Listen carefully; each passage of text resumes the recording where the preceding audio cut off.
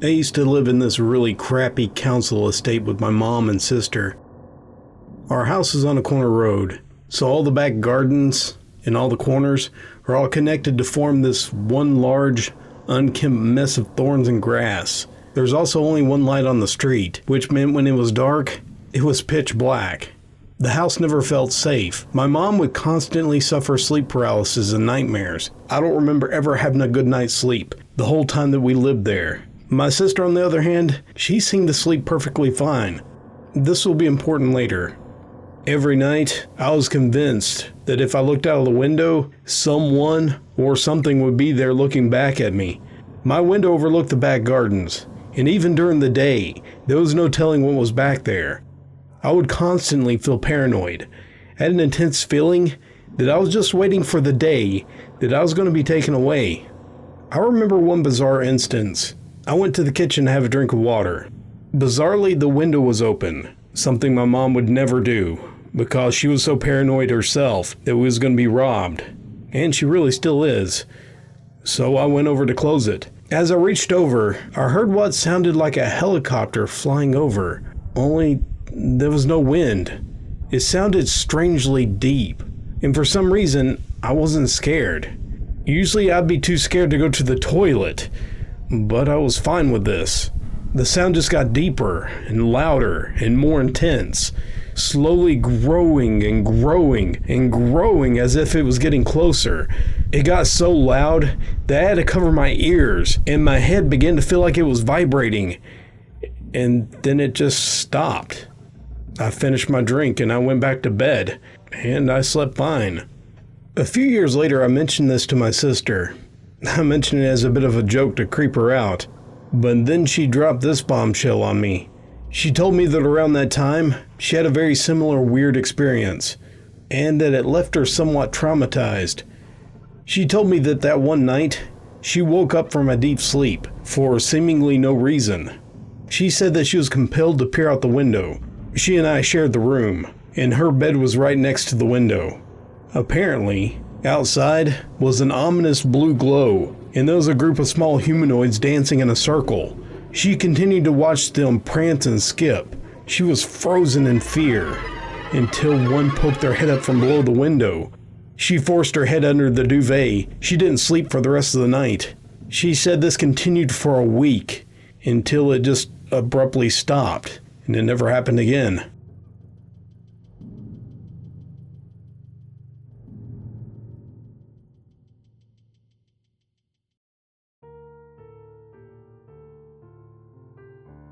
When my mom was around 2, her parents would leave her in a crib in the room nearby the kitchen. So to give you an image of what it looked like, my grandparents' kitchen in Mexico has 2 doors. One that leads to the yard, it wasn't fenced in. They had a few acres with a river going through it, and there was a lot of mango trees. That's just to give you an idea of how big this land is. And the other door leads to the living room. That's where my mother's baby crib was. The living room led to another part of the yard. So regardless, when you're leaving the house, you're either going into the forest or you're going into another forest just on the other side. So my mom told me that her mother set her down in the crib and she left her alone for a few minutes. She went into the kitchen to go do something, but when she came back, my mother, she was gone. All there was dirt and little handprints on the crib. My grandmother and the rest of the family, mind you, this is Mexico, so it was very common to have multiple family members live in the same house, especially this one. Since my grandma and grandpa, they built this house themselves, and they had 8 children, with my mom being the 3rd youngest. So a search party ensues, and they can't find my mom. They were searching for hours, and they finally decided to return home. My grandma was in tears, and upon returning to the house, there's my mom. She's crying in her crib, covered in dirt. And there's little handprints all around the crib and on her clothes. So of course, this could be anything, right? Maybe kids of another family? There was no evidence or proof that she was taken by Duendes, and she was just brought back. But whose kids? Why did they decide to sneak into my grandmother's home? There was so much land back then. And these handprints were little. My grandmother had described them as belonging to toddlers. So how could a toddler pull a 2-year-old out of a crib? But apparently multiple duendes could. They were notoriously known for mischief in Mexico. There were tales of duendes kidnapping kids. So my grandmother still to this day thinks that it was them who took my mother, and maybe to just go play or something and then brought her back. She was unharmed, but just covered in dirt.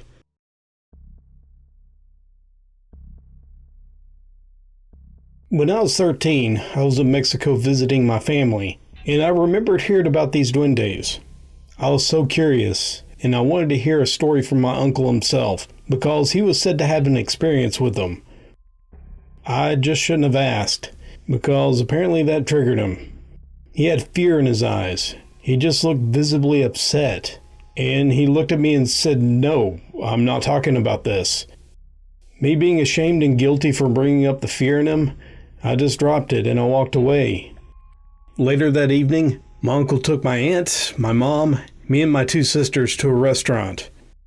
At dinner, my uncle apologized for reacting the way he did. Then he proceeded to tell me that he just didn't want to talk about it at the house. This was the same house that my grandparents built. This is also the place that my mother was kidnapped when she was 2 years old. So here's his story. He was at his friend's house. They were smoking a cigarette outside, enjoying the weather, and they were just hanging out. My uncle gets a strange feeling that he's being watched. He just decided to ignore the feeling. His friend goes inside to grab a drink, and my uncle is out there all alone. He's looking around and he sees a small man. So the way he described this was that this little man was about a foot or so tall, and he was dressed like an elf or a leprechaun. Imagine an elf's outfit or a nymph. That's how he described it. So he's just in shock and he's staring. He doesn't even believe it himself. And he's just staring. The little man gives my uncle a smile. This wasn't a friendly smile. It was more like a grin of, "You see me, and this is true. I'm here to enlist fear." My uncle is frozen. Out comes his friend, who drops his drink. My friend screams. And my uncle looks over at him. Right there. They both know that they're seeing the same thing. It's no hallucination. They turn to look at the duende and is calling them over with a hand gesture. My uncle looks at his friend and he says, "Vámonos." Like, let's run. So they dart off the patio and run to the car and they drive off. They're horrified. My uncle drove them to his house. His friend wasn't going to stay at his house alone, so of course he stayed the night. At the time, my uncle lived at his mom's house, which is my grandmother. So fast forward, the rest of the family is home, and they can see that they're shaken up. They asked him what's going on, but my uncle refuses to speak about it because he's superstitious, and he believes if he speaks about them, then they will appear because they hear him. Being convinced that he's safe and that he's not in danger, he tells his family about what happened. And of course, everybody believes him. Because I'm from Mexico. So speaking of duendes isn't uncommon. So my uncle's room is on the 3rd floor of my grandmother's house. From the 3rd floor, you can overlook most of the land. So he's up there smoking with his friend. Well, they both just avoid talking about what happened. They're just having a smoke. And my uncle starts to get overwhelmed. He gets the same feeling that he had earlier, the feeling that he's not alone. He tells his friend, so they just step back in. My uncle goes back inside with his friend, and he tells him he's going to go downstairs. My friend goes to sleep, and my uncle goes downstairs, and he makes his way to the yard. My uncle has always been super in tune. I personally think that everyone has a sixth sense, and maybe my uncle's ability to be able to see and communicate with the paranormal is his sixth sense. He goes outside and he looks out on the land. We all know what he's looking for. He's keeping an eye out. And there it is. So what he describes this time is that the duende is sitting in a tree. This duende is sitting with his legs crossed, and he's making the hand gesture for my uncle to come near. My uncle is livid with fear. He can't believe that he's seeing the same little man, and that it followed him home. He said that he yelled at it to go away and to leave him alone. And the duende just jumped up and slowly walked away. My uncle goes back inside the house and he wakes up his friend and he tells them about the incident. They were so terrified that they stayed up the rest of the night. The next day, they tell my grandmother, so they go to the church to get a blessing. Everything's fine for a couple of months, until it visited again. My uncle was having dreams about this duende. It was coming to visit him and offered him an exchange. That was until one day. My uncle said that this time it was the same tree and he was standing on it. But this time he's holding a little bag.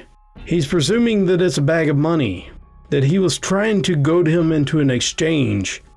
I literally got chills thinking about this. What if this thing was trying to communicate with him through his dreams?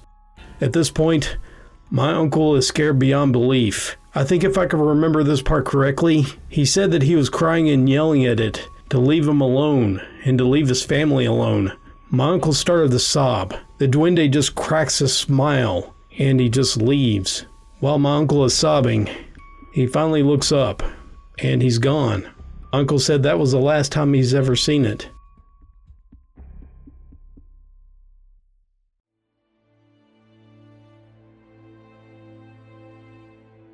My father had an experience back when I was 4 years old.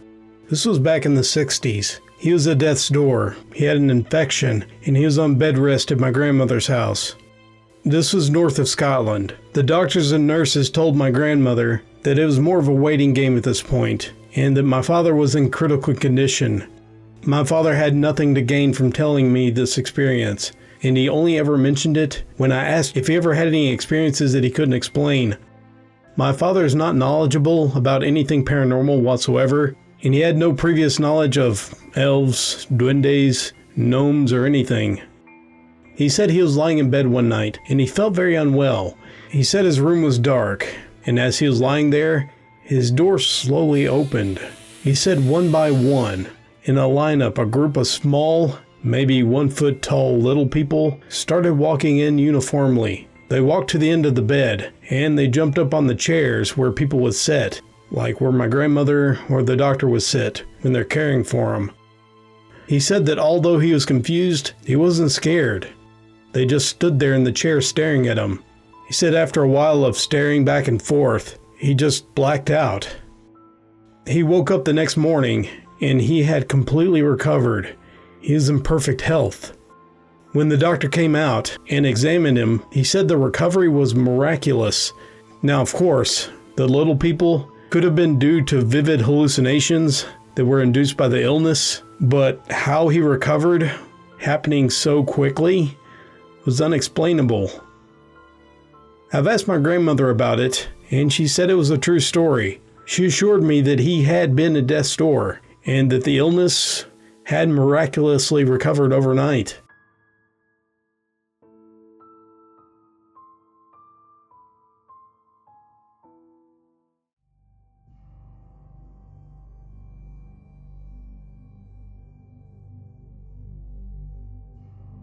My friend and I was rescued from a ditch during a snowstorm by little phantom people. Let me explain.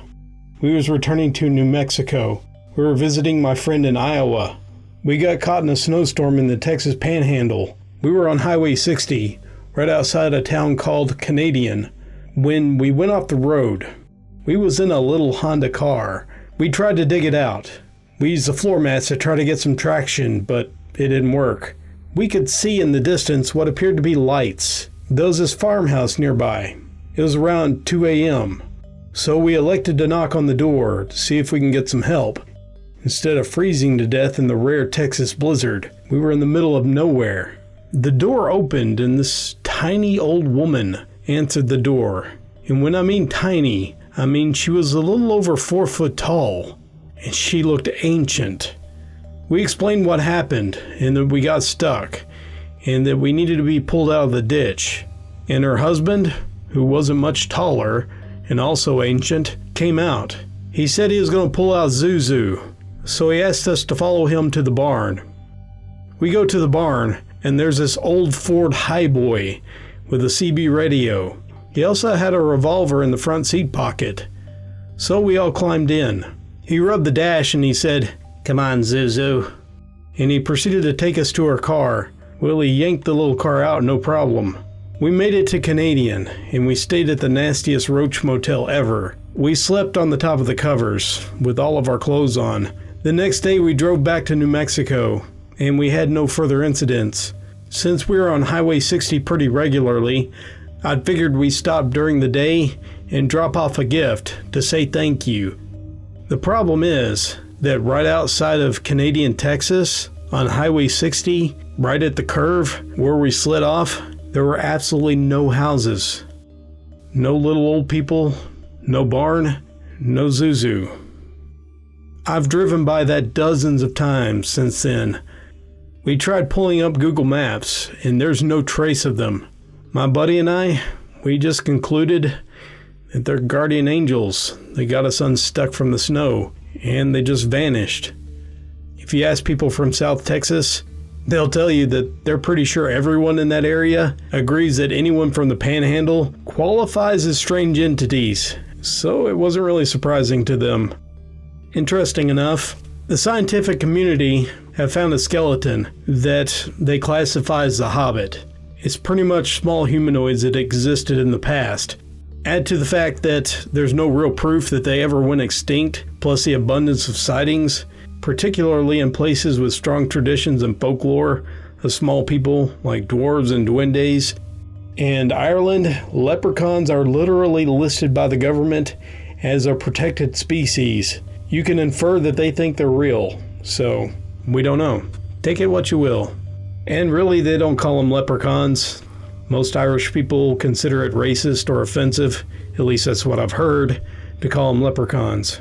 There's actually a lot of evidence that suggests that some of these beings are real.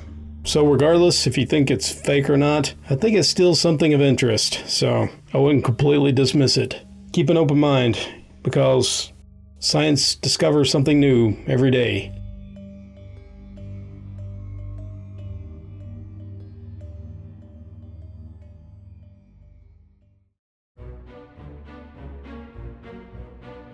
Thank you guys very much for listening. I was wanting to share something that I have to deal with commonly, dealing with little people, my mother-in-law being one of them. Now, I have to give her this.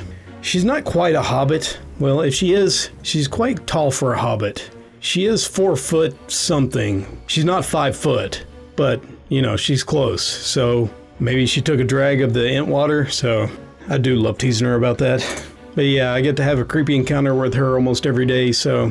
But she also says that she's got creepy encounters with me, half jackass human hybrid, so there you go. Take it for what you will. Thank you all for listening, and I hope you guys enjoyed. Hope I didn't creep you out too much. If I did, you're welcome. But regardless, I hope to see you again, and until next time, this is Dallas, signing off.